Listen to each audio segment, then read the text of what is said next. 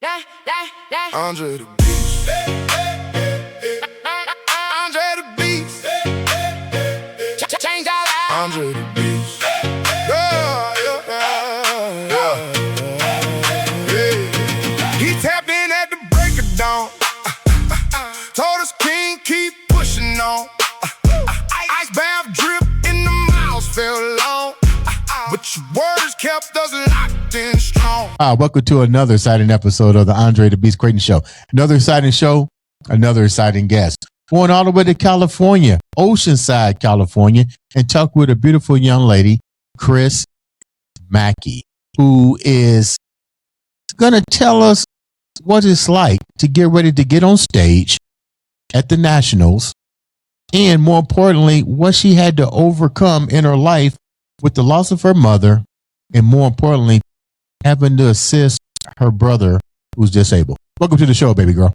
Thank you. Before we get started, tell the viewers a little bit about you. You're in California. Were you born and raised in California? I was born and raised in Southern California. Lived here most of my life. The only time I left was for about 6 years. I moved up to Washington State for a bit, and then I came right back down because I missed it. You just can't beat the weather. We have everything. I'm California girl through and through. Sound like you're trying to audition for one of them California commercials. Come to California. It's great. Let's get a little bit deeper into your story. You lost your mom at 21 years of age and then had to wind up caring for your brother. Walk me through that particular moment of your life. Well, I would say it was a very traumatic experience, honestly. I was 21. I was going to school, getting my degree, my business degree at a 4-year college. So I was overwhelmed with that. I was also working. I was living with my mom. My mom was a single mother, and I was living with my mom and my disabled brother, who is on the autism spectrum. He's older than me. He's about 10 years older than me. So it was the three of us. And my mom had been sick for some time. For years. She had a condition called aplastic anemia, and basically your white blood cells, your bone marrow doesn't produce enough white blood cells to fight off infections, and she was just sick all the time. She was being hospitalized a lot. She needed blood transfusions. This went on for a few years.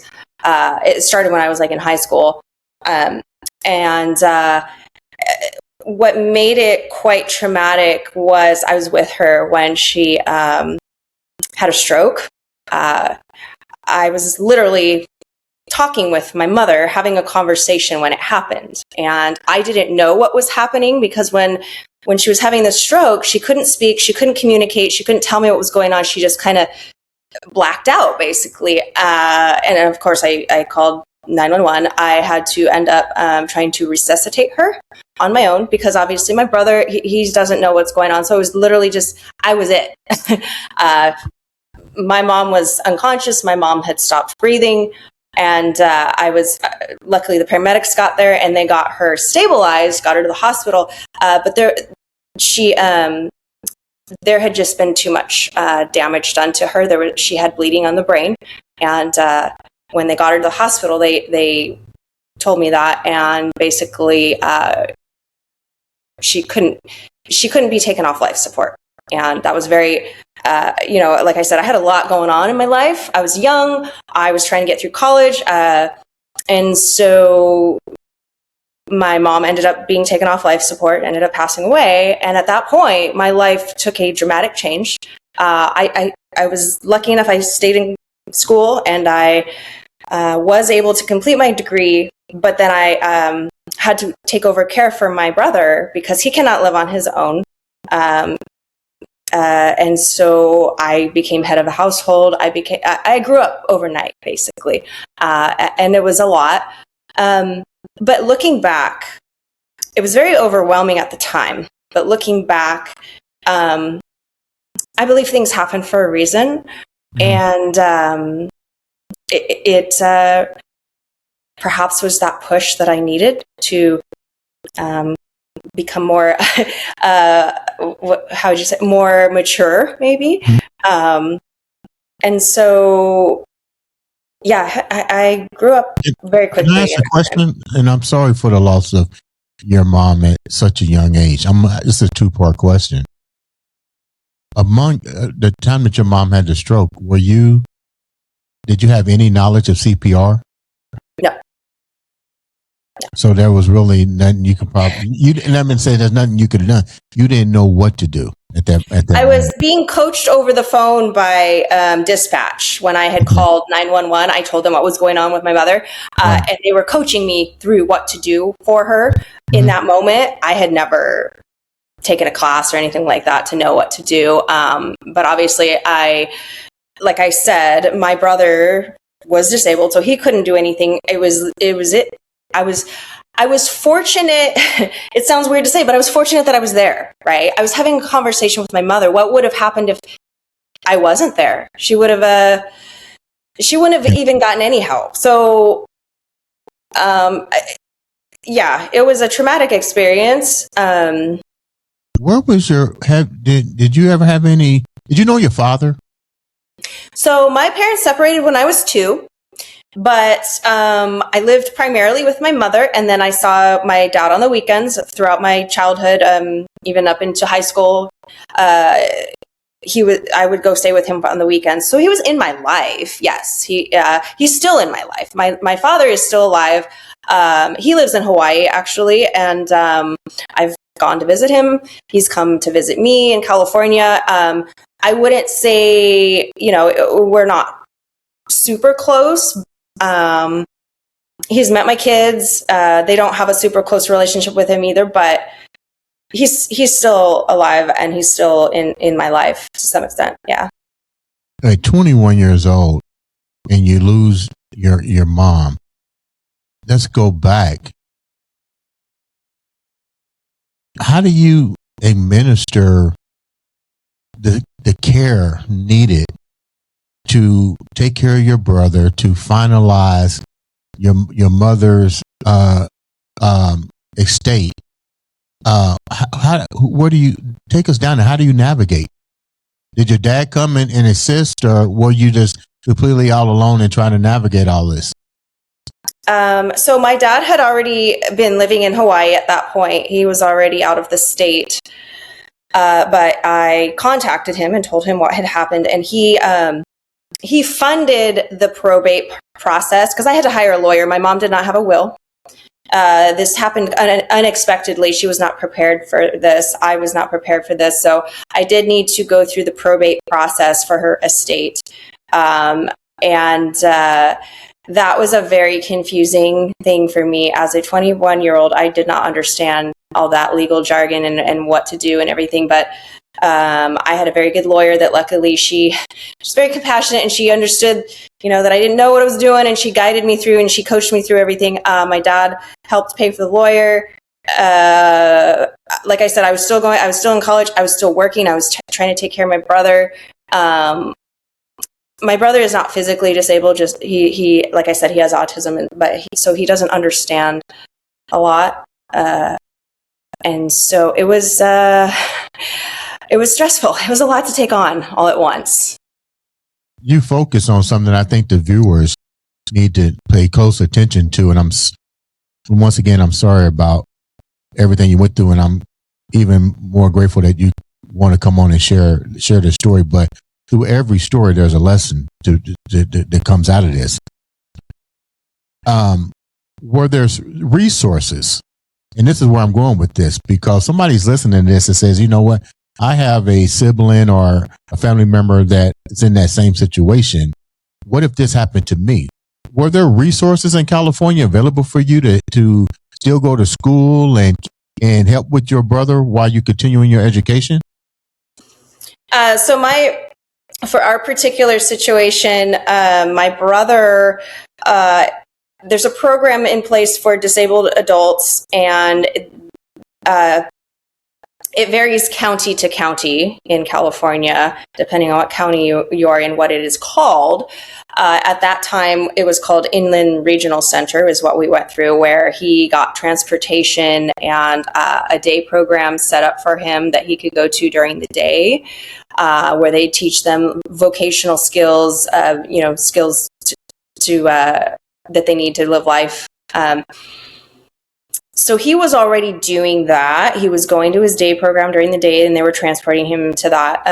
So while he was there, I could go to school during those hours, if that makes sense. Mm-hmm. So I'm grateful for that, because he does need supervision. So it's not like I could be gone all day long, like, and leave him at home. And honestly, I was so close to graduating that I was worried. I'm thinking, I'm so close to getting my degree. I can't stop now. I've come so far. And so I was very grateful for that program, that he could go to his day program while I finished school. So that was a big help. Yeah. How was your mental state? And I'm going to take the viewers down here, because now you use bodybuilding, which we'll get into, as to change your mindset. So go back a minute. You're going to your graduation. You're graduating college. You taking care of your brother. What kind of how was your mental state, and who did you have to how did you prepare yourself mentally? Is what I'm trying to ask. To this day, I still struggle with the fact that my mom never got to see me graduate. I struggle with the fact that my mom never got to watch me get married. She never got to watch her grandchildren be born or meet her grandchildren. I still struggle with that. It still hurts, because you want to have your parents there for those things, and those are pretty big, monumental things that happen in your life, right? You want your mom to be there to see it and support it, and I was very disappointed that I couldn't have her there. But I'm a Christian. I believe in God, and I believe that she has seen it. Maybe not. She hasn't been on here on earth to see it, but that's what gives me some comfort in knowing that she has seen it just from heaven. But yeah, I struggled, especially at that time. It was, I was depressed, but honestly, when I was in the thick of it, I honestly didn't have a lot of time to feel sorry for myself. When you're that overwhelmed, you kind of don't have time to be, to wallow in it. You don't have time to feel sorry for yourself. You gotta step up and take care of what needs to be taken care of. And that was kind of where my mindset was back then. If I sat around too long and thought about it, yeah, I'd cry and I'd get depressed and down on myself. But I had so much to take care of. Honestly, I didn't have time to do that. I had to, like I said, I had to take care of the probate. The probate process took 3.5 to 4 years to complete. That I was settling debts and taking care of her estate and everything. That took a lot of my time. Finishing school took a lot of my time. Taking care of my brother took a lot of time, which in hindsight maybe was in a sense a blessing, because I didn't have the leisure time to sit around and wallow and feel bad. That makes sense. Yeah. Let me ask the question. Life goes on. I know people hate to hear that. Death happens. Life goes on. Eventually, you wind up getting married. I mean, did the thought of having to know that now you have to take care of your brother, even though there's some sort of resources out there for him, he still needs assistance, just you and him now. How do you decide that? How did marriage work into you still having to take care of your brother and still take care of now your husband and now your 3 children? Well, I can tell you, it's interesting trying to date.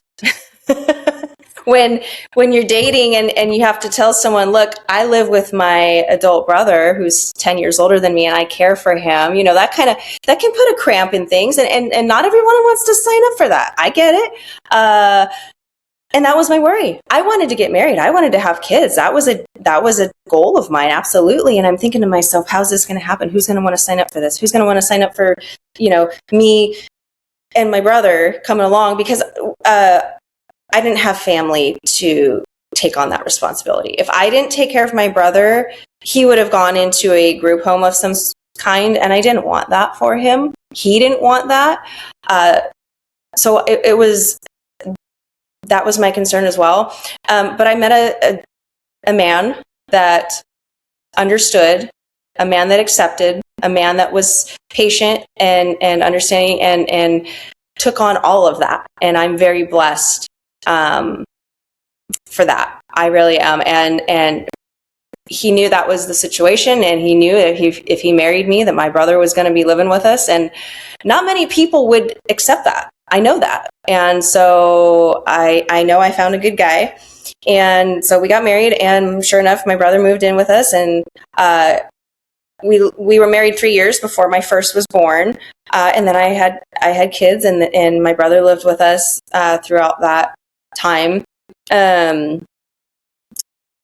It's not, it's a little different. It's a different situation, but like I said, I'm a believer in God, and God provides, God guides, and he allowed me to live my dream of getting married and having kids, even though I was thinking, well, how is this going to work?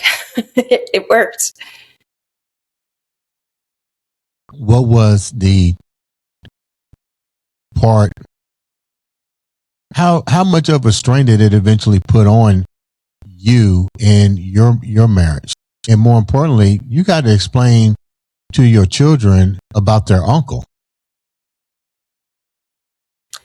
Yeah, I mean, luckily my brother, he sort of keeps to himself. He's a very private person, and he kind of likes to do his own thing. And so he would be in his room. He likes to listen to his music, watch his movies, and kind of keep to himself.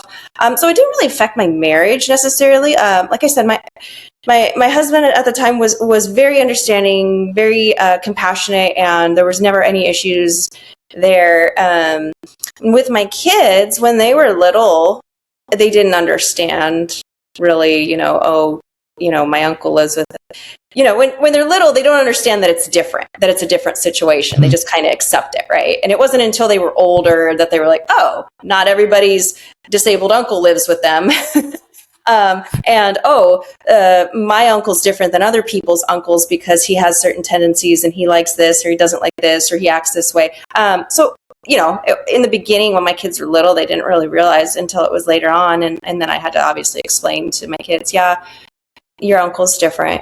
He can't live on his own. He doesn't, think the same way most people do. And so we have to take care of him. There wasn't really, it just kind of. Did it ever have a boiling point for you? Because with all that on your plate, your marriage, and the fact that you still miss your mom, you're still dealing with this. When did you ever suffer a breaking point?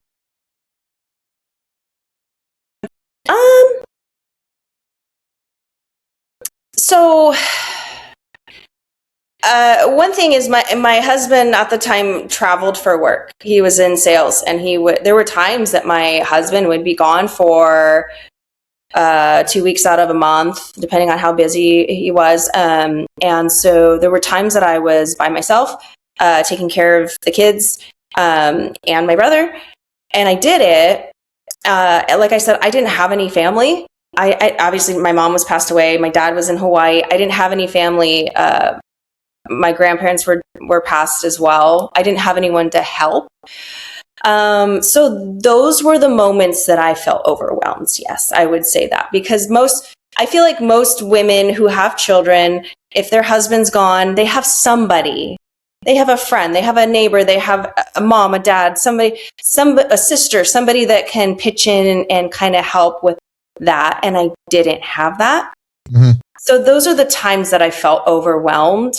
Like a single parent almost, even though I wasn't. And so, especially when my kids were babies, I had no experience with babies. I was the youngest. My brother's older than me, obviously, so I didn't have experience with babies, and so I was a little nervous having babies and taking care of babies and not having a mentor and not having my mom there. Those were the times that I missed my mom. I didn't have her to call up and go, hey, what do I do? I didn't have that lifeline. I was kind of winging it, How did you, let's go here.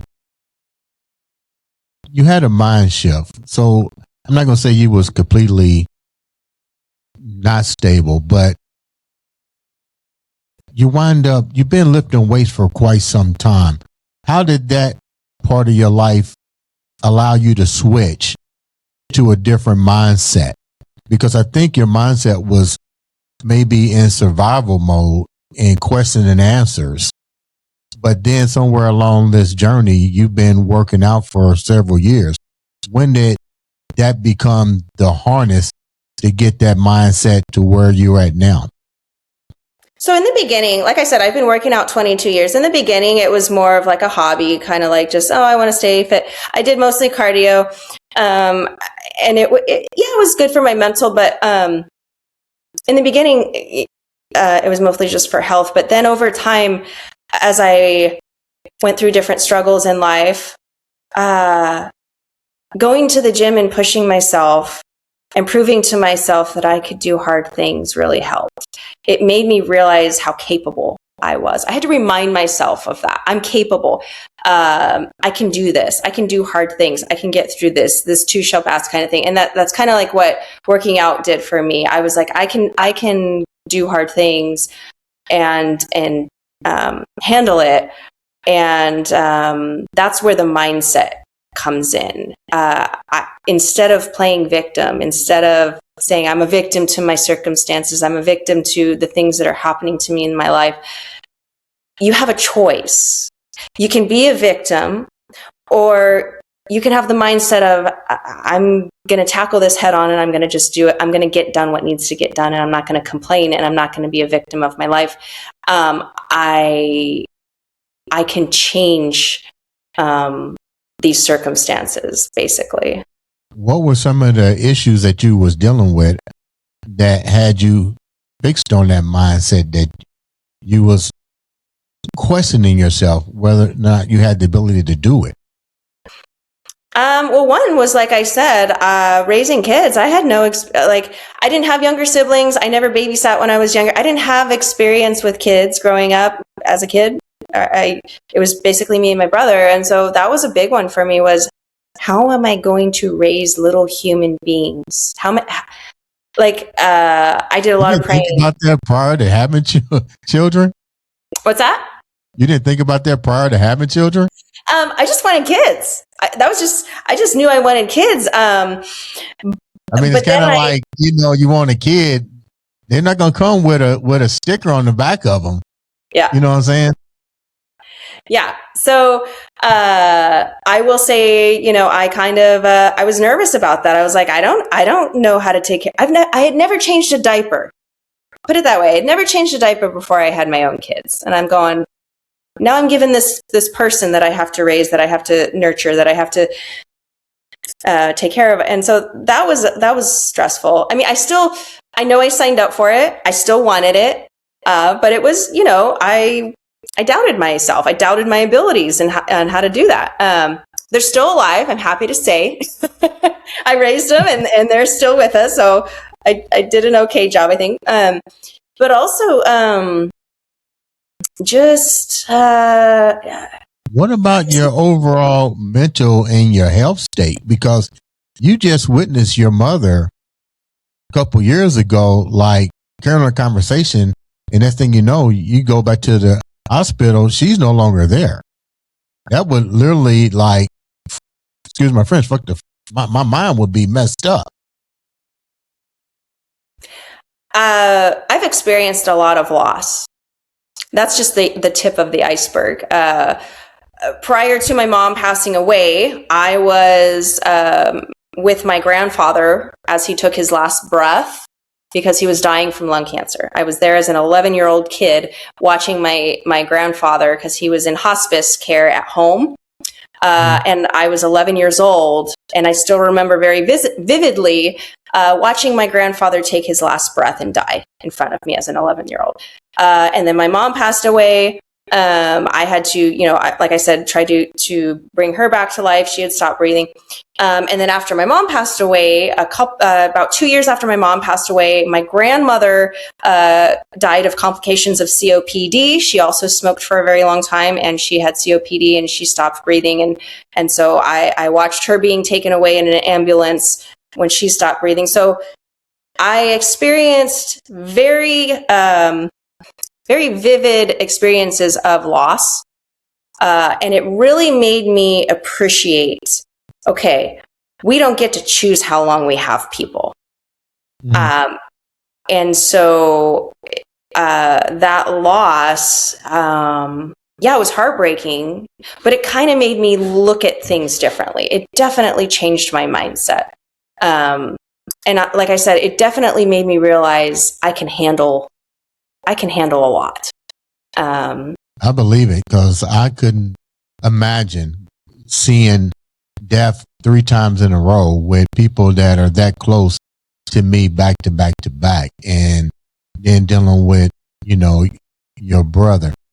Your life has changed now. You're now, a single mom.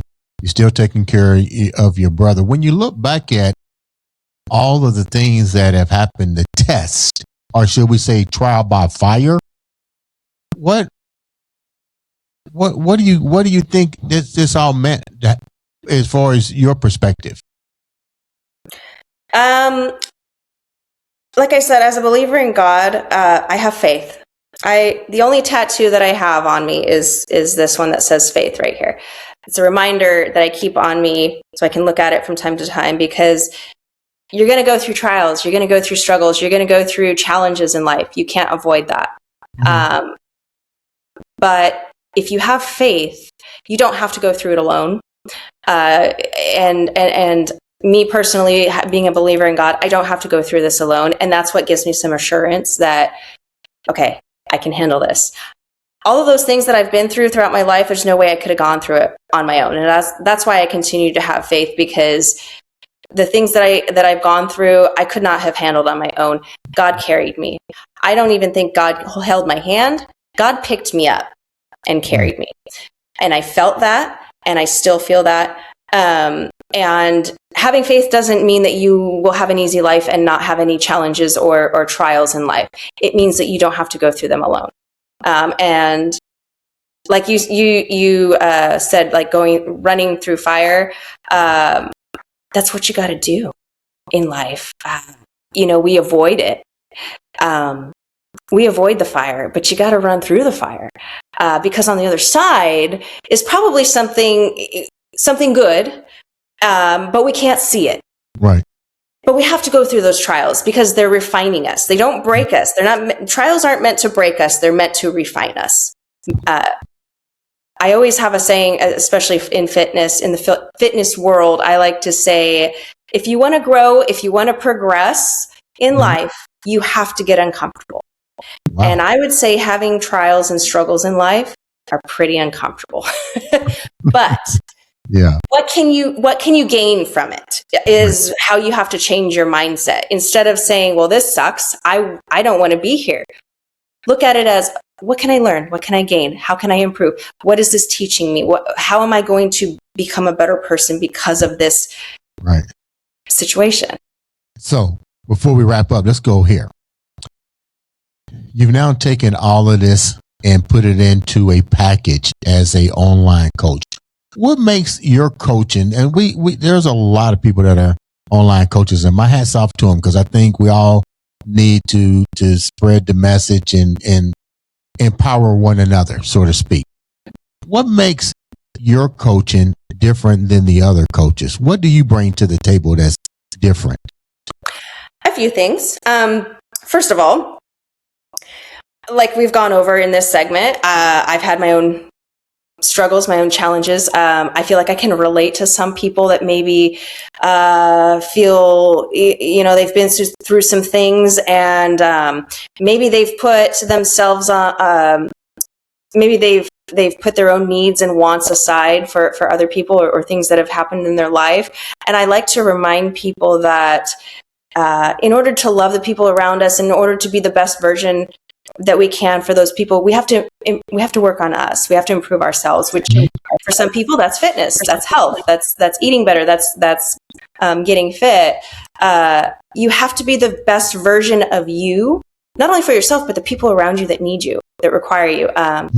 But also, mindset is a big one for me, like we've talked about. Being fit and healthy isn't just about being physically strong. It's about being mentally strong as well. And so much of fitness, people don't realize, so much of being fit and strong is mental strength. Absolutely. I would say more so even than like physical strength, honestly. And so that's what I really try to work on with my clients is improving that mental strength and seeing things differently and thinking differently, because nothing changes if nothing changes. If you think the same way you always have, you're gonna get the same results. So mindset is a big one for me, and the accountability. Accountability is so important to remain consistent. You can be given a plan, a program. This is how you should eat. This is how you should train. But you're not going to reach your goals if you don't have someone holding you accountable, encouraging you, supporting you 24/7. And that's what I do with my clients.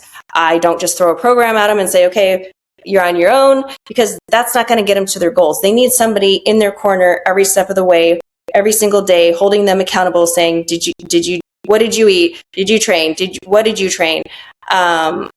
Because that's what gets, most people can't do it on their own. They need somebody there supporting and encouraging and being that accountability. So my last question is, you get ready to compete in your first national level show. How do you now maneuver that with, being a mother of 3 and still taking care of your brother and still keeping that competitive edge? Because the nationals, a national level show is different than the local level shows. So how do you do that? How do you prepare for that? Right. So my national show is in Las Vegas in November of this year. And so I will be traveling out of state for that. I haven't decided if I'm going to, I will probably be taking my brother with me. I haven't quite decided how that's going to all work, the logistics of it yet. I haven't decided. I have my kids part-time. I don't know if I'm going to have my kids. I'll have to work that out when it comes to time for that. But like I said, in order to be the best for the people that you care about, for the people that you love, you have to take care of yourself.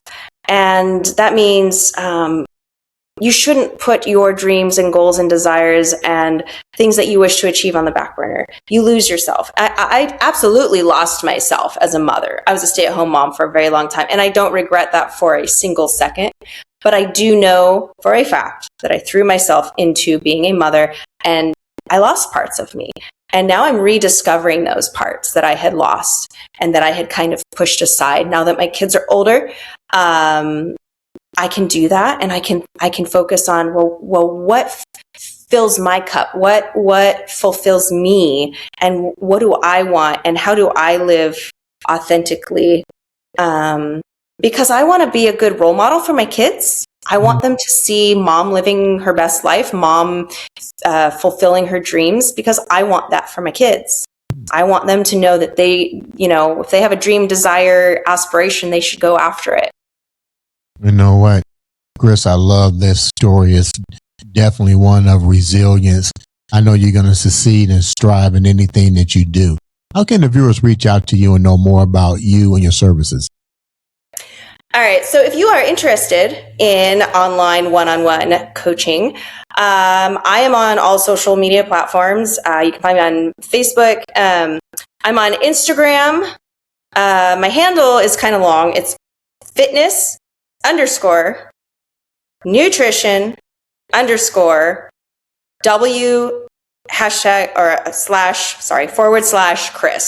Fitness and nutrition with Chris. I'm also on TikTok. FitChris3 is my handle on TikTok. You can get a hold of me on any of those. Yeah, it's a passion of mine, and it has been for a very long time. And the fact that I get to help other people reach their health and fitness goals has been so rewarding. I like the way you said that. It's always been rewarding when we can give back to people, even if we went through pain, we can give something back in return. You know what, Chris, thank you so much for taking time to come on the show. Wish you the best in all your endeavors. Ladies and gentlemen, make sure you subscribe, like, Thank you. click that button. All it takes is one click to make a difference in somebody's life or change your own. This has been another, and I do mean another, exciting episode of the Andre the Beast Creighton Show. Andre the Beast. Andre the Beast. Change our lives. Andre the Beast.